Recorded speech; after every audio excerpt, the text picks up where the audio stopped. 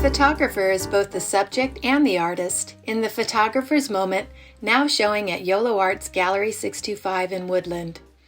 This solo show by Joseph Finkleman is a collection of images of photographers at work, from the professional in the studio, to the hobbyist on vacation, to the casual selfie taker in a crowd.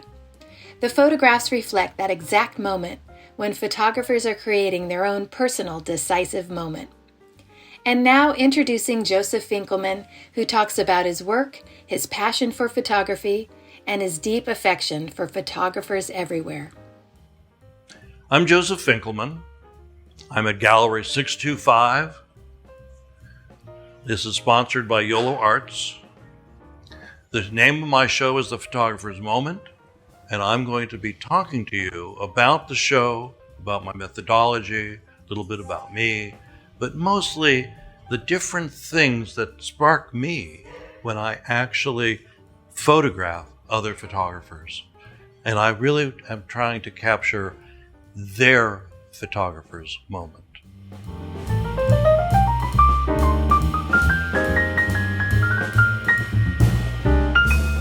I love photography. It's been my life. It's been the answer to a lot of questions, as really in a broader sense, art. Because I've written librettos for operas. I'm doing a graphic novel right now. I do a lot of different things that involve art. But what I really have always loved is not just photography, but photographers. And I started getting very, very serious. About 10 years ago, when I went digital, a little bit more now, I got very serious about photographing photographers. What we'll show you today is some of the professionals that I have photographed. But we'll also look at people who are just photographing for the sheer pleasure of pushing the button. Because there is a moment just before the picture is taken, while the picture is being taken, and directly afterwards that is just exquisite.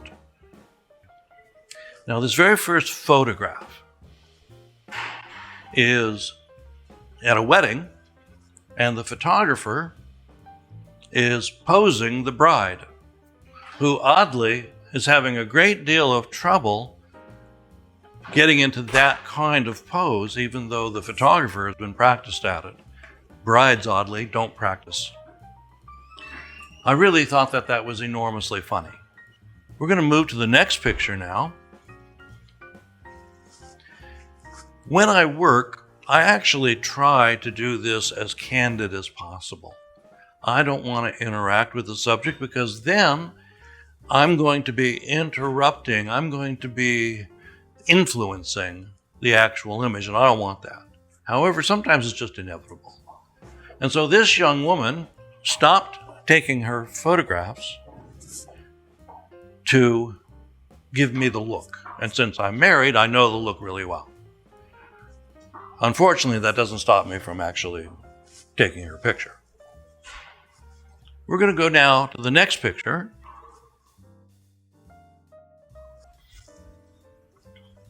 What I started finding when I'm photographing these photographers is that oftentimes they'll photograph someone else and they'll say, I want to take a picture of you. And then that other person poses or whatever. And I think that's just an amazing thing that we do, that we give that look to other people, literally gifting them an image of ourselves. So I started actually keying on that, and it's a subset of my candids that I do on the street, is I've been photographing people being photographed. And someday I'll probably have a show of that. So we were up in the Orkneys on a trip, my wife and I, and we're on this little island in the Orkneys, and there's this standing stone, which is somewhere around 4,000 years old. Now the rock doesn't even occur in the Orkneys, so they had to somehow move this huge stone across the water and then planted in the ground, and it's been standing there for thousands of years. So I'm standing there, and I've been photographing from different angles, and then these tourists came, and they didn't actually photograph the stone. What they were photographing mostly was the sheep, which oddly do not pose for you. And I thought that was enormously funny, that here they are with a piece of human history that is magnificent, really. If aliens came down from Earth, I'd show them these stones. But it isn't always what people are actually interested in. And I think that speaks a lot about us and what the stories that we tell. One time, I went down to Texas, and I went to a World War II recreation in Denton, Texas, on General Eisenhower's, of course, President Eisenhower's birthday. Now, obviously there were no World War II battles in Texas, but that does not stop these people. In fact, a terrible thing, 2 weeks earlier at another World War II recreation, someone actually brought a live round and shot one of the other participants in the stomach. He survived. They actually had to ban live ammunition in Texas, which to me really is funny. So there were other photographers photographing these people who are dressed up in ostensibly World War II things, playing soldiers. And I just really love photographers. I just love them.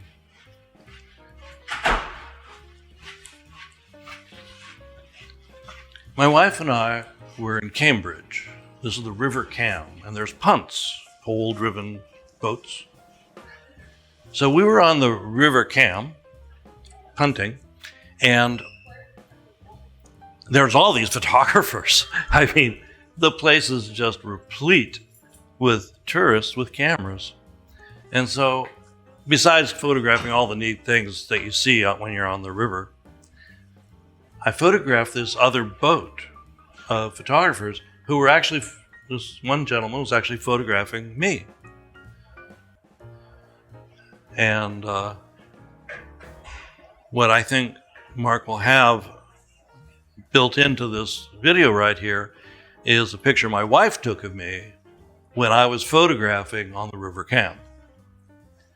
But isn't that really how we are today? Did you know, out of 7.5 billion people on this planet, there are over 5 billion cell phone cameras.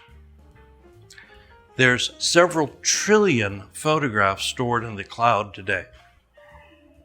Photography now is the almost universal storyteller, visual storyteller. And visual storytelling has been around long before we even had words.